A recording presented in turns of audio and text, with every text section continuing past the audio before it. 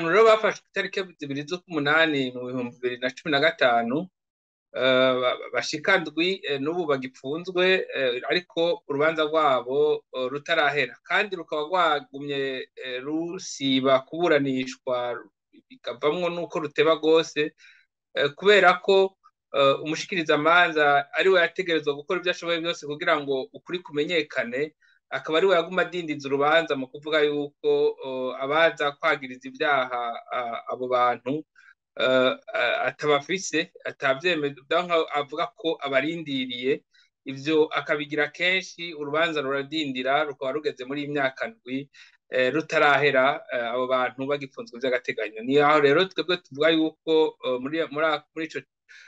muri iyo cegeranyo twasohoye twerekana ko ubutungane ubona yuko ahubwo butashatse kumenya ukuri kuri iyo dosiye kuko urwo rubanza rutaburanishijwe n'ingoga kugira ngo ruhere. Ikindi twerekana muri urwo rwandiko twasohoye ni uko tubona yuko ubutungane buriko buvyifatamwo nabi kuko butubahiriza n'ivy'ingingo amasentare aba yashitseko. Muri iyo dosiye hariho uwejejwe n'ubutungane ariko n'ubu nawe nyene aguma apfunzwe bavuga ngo bamwungururije mu gihe amategeko y'igihugu agenga buranishwa n'ikurikizana z'imanza z'ivyaha n'utohoza yoyo yerekana neza yuko umuntu iyo yejejwe na sentare urugero rumwe ruba rugero rwa mbere cyangwa urugero rw'iyungururizo, uwo muntu aca asohoka naho umushikirizamanza amwungururiza aburana yidegemvya. Ariko ivyo rero ubutungane bw'u Burundi turabona yuko butavyubahirije, ahubwo abo bantu bakabandanya bapfungwa kandi sentare yari yabejeje.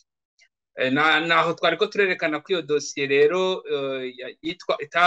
itagenze neza, twakurikijwe neza, tukiyumvira rero ko mbega yemwe abo bantu baba bashaka yuko ukuri kuja habona.